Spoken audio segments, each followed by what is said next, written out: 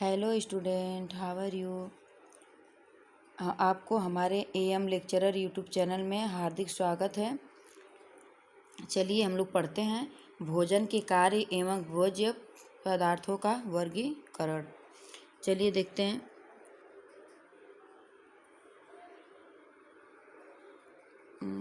चलिए देखिए, भोजन मनुष्य की जल एवं वायु के बाद एक अति आवश्यकता है, जिसके बिना अधिक दिनों तक स्वस्थ या जिंदा रहना संभव नहीं है। अधिक दिनों तक जिंदा रहना संभव नहीं है। अगर भोजन हम कुछ दिन नहीं करेंगे तो हमें क्या है, स्वस्थ और जिंदा नहीं रह पाएंगे। स्वस्थ और जिंदा नहीं रह पाएंगे। देखिए आगे, अच्छे स्वास्थ्य की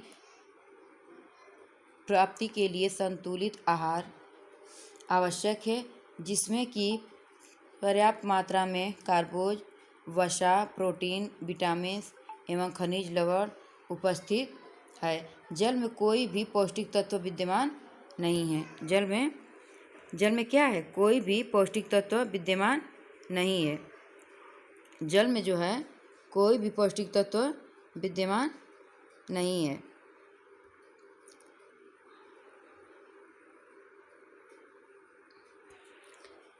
लेकिन जल को पौष्टिक तत्व के रूप में सम्मिलित किया गया है। लेकिन जल को पौष्टिक तत्व के रूप में सम्मिलित किया गया है, क्योंकि जल शरीर के लिए विभिन्न कार्यों को करने के लिए शरीर के तापक्रम संतुलन एवं नियमन के लिए आवश्यक है। भोजन का अंतर्ग्रहण, पाचन, अवशोषण, वहन, उत्सर्जन आदि कार्यों के लिए जल आवश्यक है। जल क्या है, आवश्यक है। जल आवश्यक है। भोजन का अंतर्ग्रहण, पाचन, अवशोषण, वहन, उत्सर्जन आदि कार्यों के लिए जल आवश्यक है। ये पौष्टिक तत्व हमें अलग भोज्य पदार्थों द्वारा मिलते हैं। पहले अध्याय में हम देख चुके हैं कि पौष्टिक तत्व रासायनिक पदार्थ होते हैं। यह पौष्टिक तत्व हमारे शरीर को शारीरिक, मानसिक, सांवेगिक रूप से स्वस्थ रखते हैं। क्या करते हैं, स्वस्थ रखते हैं। देखिए, हमारे शरीर के भीतर अनेक रासायनिक क्रियाएं होती हैं। हमारे शरीर के भीतर अनेक रासायनिक क्रियाएं होती हैं। जिन रासायनिक क्रियाओं को पौष्टिक तत्व तो पूरा करते हैं, इन रासायनिक क्रियाओं के पूरा करने से हमारा स्वास्थ्य सही रहता है। यह 6 प्रकार की होती हैं। देख लीजिए, 6 प्रकार की होती हैं। नंबर 1 है प्रोटीन, नंबर 2 है कार्बोहाइड्रेट, लिपिड या वसा, जल, विटामिन्स, खनिज लवण। ये क्या है, हमारे शरीर के भीतर जो अनेक रासायनिक क्रियाएं करती हैं, रासायनिक क्रियाओं को पौष्टिक तत्वों को पूरा करने के लिए हमें इन सब चीज़ों की ज़रूरत पड़ती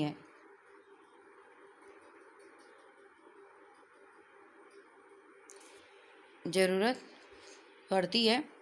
आइए देखते हैं प्रोटीन। नंबर 1 प्रोटीन देखते हैं। प्रोटीन शरीर की वृद्धि एवं विकास में अपूर्व योगदान प्रदान करने वाला पोषक तत्व है। प्रोटीन क्या है, शरीर की वृद्धि एवं विकास में अपूर्व योगदान प्रदान करने वाला पोषक तत्व है। इसी पोषक तत्व के कारण शिशु अवस्था, बाल्यावस्था एवं किशोरावस्था में तीव्र गति से वृद्धि और विकास हो जाता है। और क्या होता है, शरीर की इन कोशिकाओं में निरंतर टूट फूट होती रहती है। क्या होता है, निरंतर टूट फूट होती रहती है। प्रोटीन उनकी मरम्मत व उनका पुनर्निर्माण करता है। शरीर की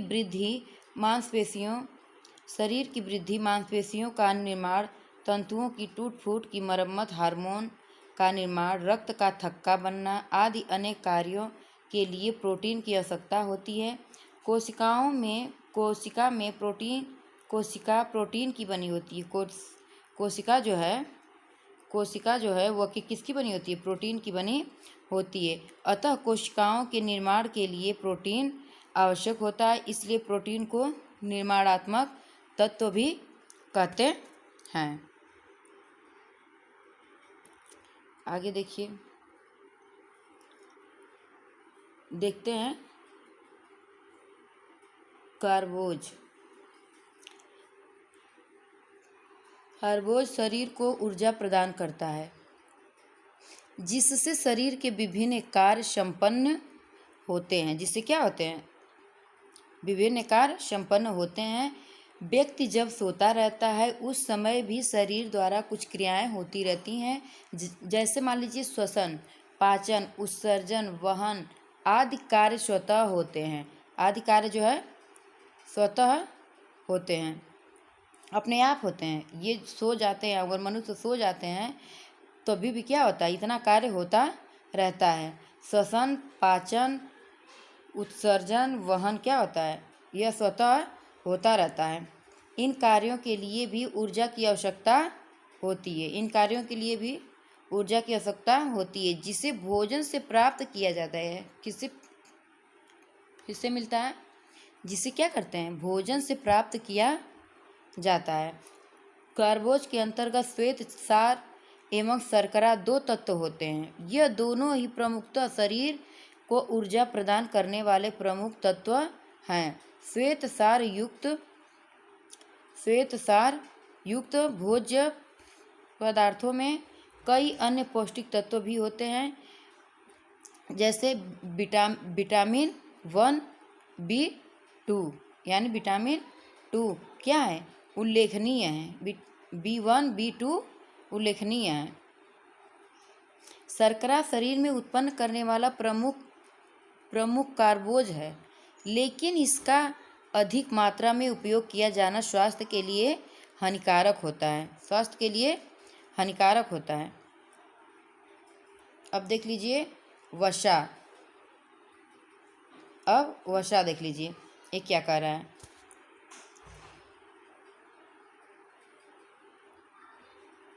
वसा ऊर्जा उत्पादन की दृष्टि से कार्बोज के पहले वसा का स्थान होता है। वसा में आवश्यक वसीय अम्ल उपस्थित रहते हैं, जो शारीरिक वृद्धि के लिए आवश्यक होते हैं। वसा शरीर को ऊर्जा एवं उष्णता प्रदान करता है। तंत्रिका ऊतक का निर्माण भी वसा के द्वारा होता है। 1 ग्राम वसा 9.1 किलो कैलोरी ऊर्जा प्रदान करता है। अब जल देखिए, जल क्या कर रहा है। वायु के बाद जल मनुष्य की मौलिक आधारभूत आवश्यकता है। वायु के बाद यानी मान लीजिए हवा जो हवा है, हवा के बाद क्या होता है? जल मनुष्य की मौलिक आधारभूत आवश्यकता है। जल घोलक के रूप में कार्य करता है। जो जल है वह घोलक के रूप में कार्य करता है और शरीर की विभिन्न क्रियाओं को करने के लिए आवश्यक है। हमारे शरीर का अधिकांश भाग 66% जल है। हमारा जो शरीर है उसका अधिकांश भाग जो है वो क्या है? 66% जल है। अधिकांश जो भाग है वह उसमें 66% जल है। सभी भोज्य तत्वों में जल की मात्रा विद्यमान होती है। अतः जल के बिना जीवन को जीना संभव नहीं है। भोजन के अंतर्ग्रहण, पाचन, अवशोषण, उत्सर्जन आदि कार्यों के लिए जल आवश्यक है। जल क्या है? भोजन के अंतर्ग्रहण, पाचन, अवशोषण, उत्सर्जन के लिए क्या है? जल अति आवश्यक है। उसी तरह देखिए विटामिन भी क्या है? विटामिन भी आवश्यक है। विटामिन का प्रमुख कार्य शरीर व रोगों से संघर्ष करने की क्षमता उत्पन्न करना है, इसलिए इन्हें सुरक्षात्मक पोषक तत्व कहते हैं। आहार में इनकी कमी हो जाने से शरीर रोगों से विकारग्रस्त हो जाता है। विटामिन कितने प्रकार के होते हैं? विटामिन 6 प्रकार की होती हैं। इनमें से कुछ इस प्रकार हैं।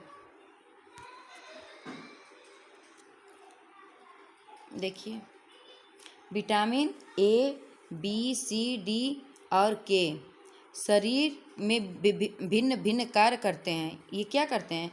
ए, बी, सी, डी और के जो हैं विटामिन, ये शरीर में भिन्न भिन्न कार्य को करते हैं।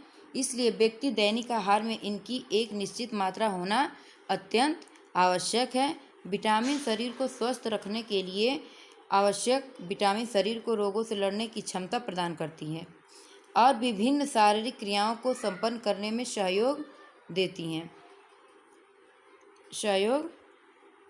हैं।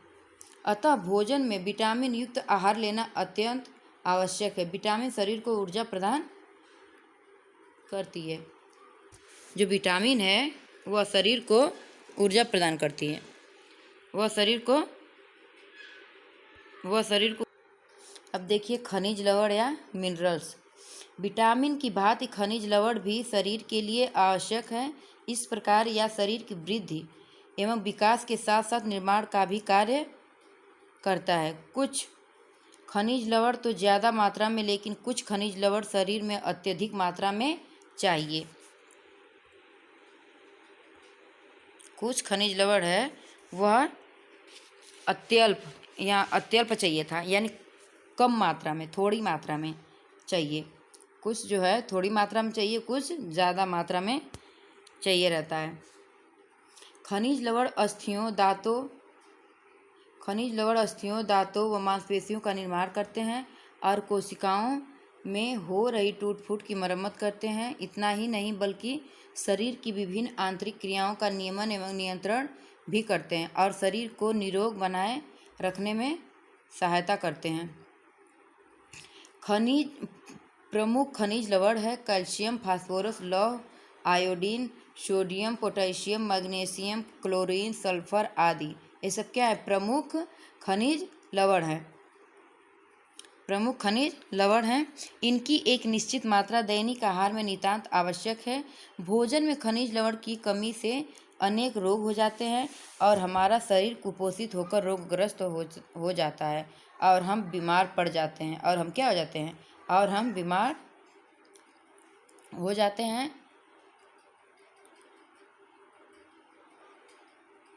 देखिए, चलिए हम इतना ही देखते हैं। अब आप लोगों को होमवर्क के लिए पहला देखिए, पौष्टिक तत्व कितने प्रकार के होते हैं?